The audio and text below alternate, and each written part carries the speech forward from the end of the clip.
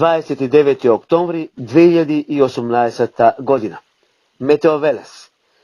Денеска денот во поголемиот дел од Република Македонија беше променливо, некаде нестабилно, имаше поизразени појава на ветер.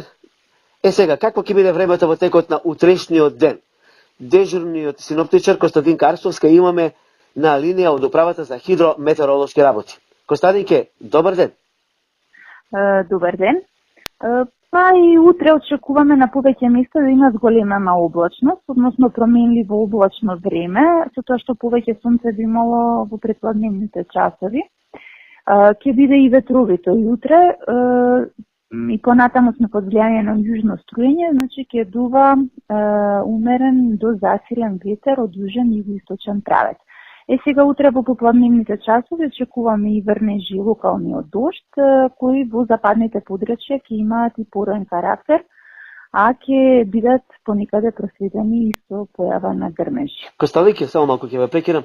Ако ги гледам овие модуларни системи мапи овдека, во овие моменти, а ќе биде така и да речеме наредниот ден, Апенинскиот полуостров, скоро цела Италија, северните делови на Италија, па потоа и Словенија и во Хрватска имаше доста нестабилно време. Дали тоа може да се случи овдека кај нас во Македонија или периферно може да се случи до некаде? Па не очекуваме такви процеси во Македонија.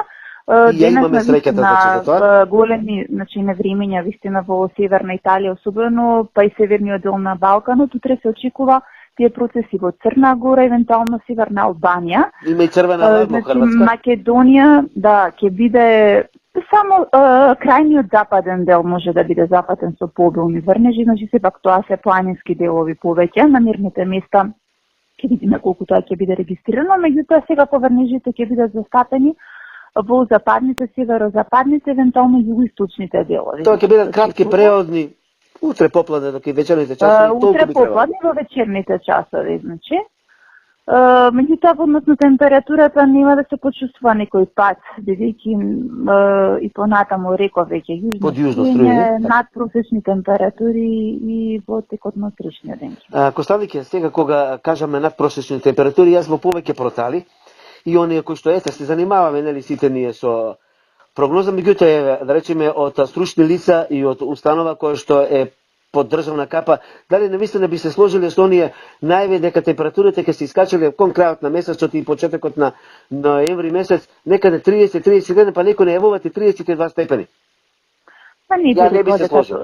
До толкави вредности ќе достигне температурата. Секако, значи, од среда и понатаму продолжува топлото време со надпросечни дневни, особено температури, ќе биде суво. Меѓутоа, преку денот ќе има и облачност, а она што ние го прогнозираме, да речеме, најтопло би било петок, евентуално и сабота. И еве нека биде 27, максимум 28 нека биде, да речеме. Да, така, тие вредности би требало да бидат достигнати. Не, повеќе од 30 секако дека не очекуваме барем за сега.